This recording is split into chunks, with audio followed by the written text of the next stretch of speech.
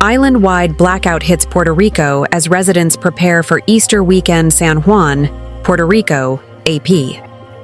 An island-wide blackout hit Puerto Rico on Wednesday as the largely Catholic residents of the U.S. territory prepared to celebrate the ET. Easter weekend, officials said, all 1.4 million clients on the island were without power. Hugo Sorrentini, spokesman for Luma Energy, which oversees the transmission and distribution of power, told the Associated Press. The entire island is without generation, he said.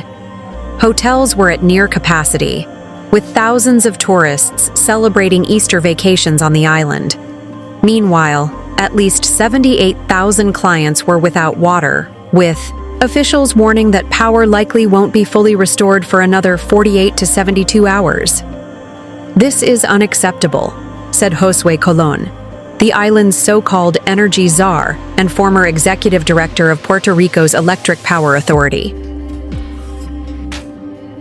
It was not immediately clear what caused the shutdown, the latest in a string of major blackouts on the island in recent years. Governor Jennifer Gonzalez, who was traveling, said officials were working diligently to address the outage. Thousands of Puerto Ricans were fuming over the latest outage, with many renewing their calls that the government cancel the contract with Luma and Genera PR, which oversees generation of power on the island. This is a total disaster, said Orlando Huertas, 68, as he sipped a drink with a friend at a street-side bar and criticized the government for not doing enough to tackle the chronic outages. Dozens of people were forced to walk next to the rails of the rapid transit system that serves the capital, San Juan, while scores of businesses, including the biggest mall in the Caribbean, were forced to close.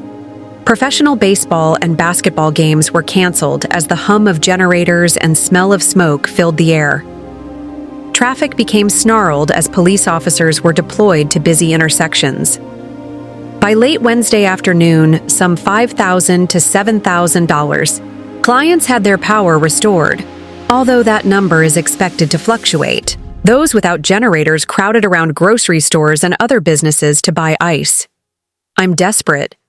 My generator is broken," said Carmen Suriel, who worried about the impact of the blackout on her two children, a 6-month-old and a 5-year-old with Down syndrome, as the temperature rose across Puerto Rico on Wednesday. Alma Ramirez, 69, said she was frustrated with the constant outages, some of which had already damaged her TV and microwave, forcing her to buy new appliances. "They have to improve," she said of the government. "Those who are affected are us, the poor." The island of 3.2 million residents has a more than 40% poverty rate, and not everyone can afford solar panels or generators.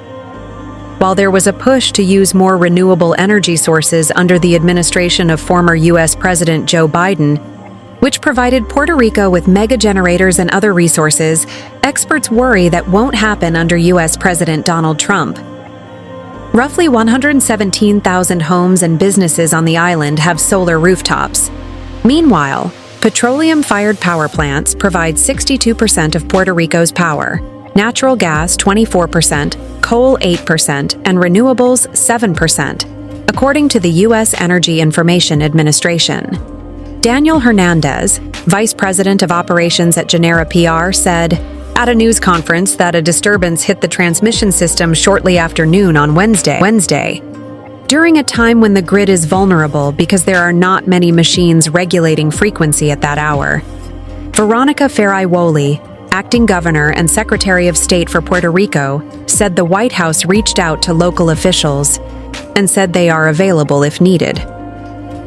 Pablo Jose Hernandez, Puerto Rico's representative in Congress, said he would work to ensure that Washington understands the real and urgent situation Puerto Ricans face every day.